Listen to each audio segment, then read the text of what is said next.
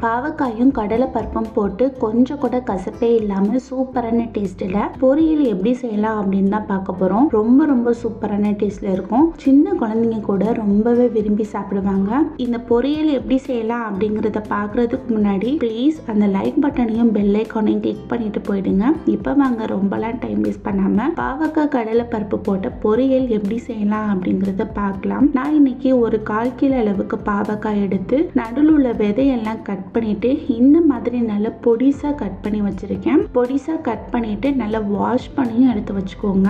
அடுத்ததா ஒரு அகலமான கடாய் எடுத்து வச்சுக்கோங்க.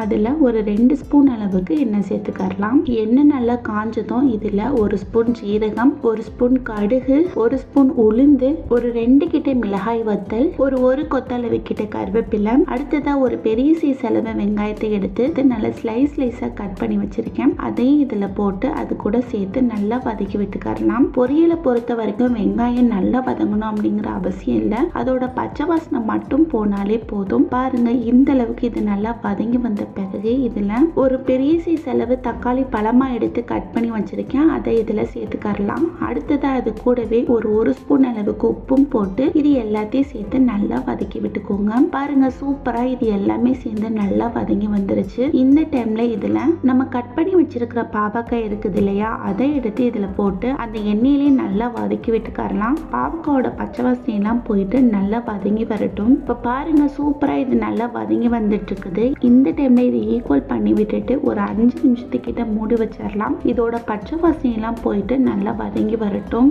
இப்போ ஒரு 5 நிமிஷம் ஆயிடுச்சு. பாவக்காயுமே ஓரளவுக்கு நல்லா வதங்கி வந்துருச்சு. இந்த டைம்ல இதை நல்லா மிக்ஸ் பண்ணி விட்டுட்டு இதுக்கு தேவையான மசாலா சேர்த்துக்கலாம்.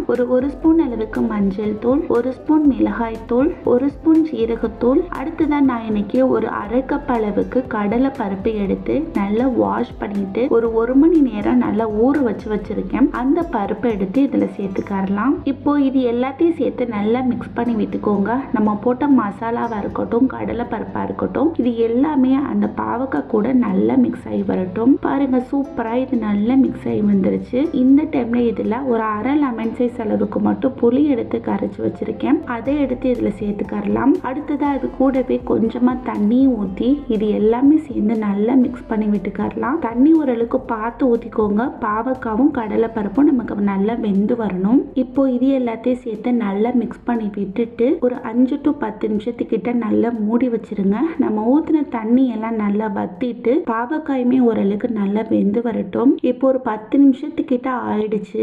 ஓபன் பண்ணி பார்க்கலாம். வாவ், பாருங்க நம்ம ஊற்றின தண்ணி எல்லாம் சூப்பரா வத்தி வந்துருச்சு. இந்த டைம்ல இதுல ஒரு சின்ன துண்டு வெல்லம் எடுத்து வச்சிருக்கேன். அதை இதுல சேர்த்துக்கலாம். இப்போ இந்த வெல்லத்தையும் அது கூட போட்டு நல்லா நச்சு விட்டுட்டு மிக்ஸ் பண்ணி விட்டுக்கோங்க. அடுத்ததா பாத்தீங்கன்னா ஒரு 1/2 கப் அளவுக்கு தேங்காய் துருவலை இதுல போட்டு எல்லாத்தையும் சேர்த்து நல்லா மிக்ஸ் பண்ணி விட்டுக்கோங்க. தண்ணி எல்லாம் நல்லா வத்திட்டு ஓரளவுக்கு சுருள வதங்கி வரணும். அது வரைக்கும் இது நல்லா வதக்கி விட்டுக்கோங்க. கடலை பருப்பு, தேங்காய், வெல்லம் இதெல்லாம் போட்டு செய்யறதுனால பாவக்காய் கொஞ்சம் கூட கசப்பே இருக்காது. நம்ம வீட்டு குழந்தைங்க கூட ரொம்பவே விரும்பி சாப்பிடுவாங்க. இந்த வீடியோ உங்களுக்கு பிடிச்சிருந்துச்சுன்னா ப்ளீஸ் லைக் பட்டனையும் பெல் ஐக்கானையும் தட்டி விட்டு போங்க.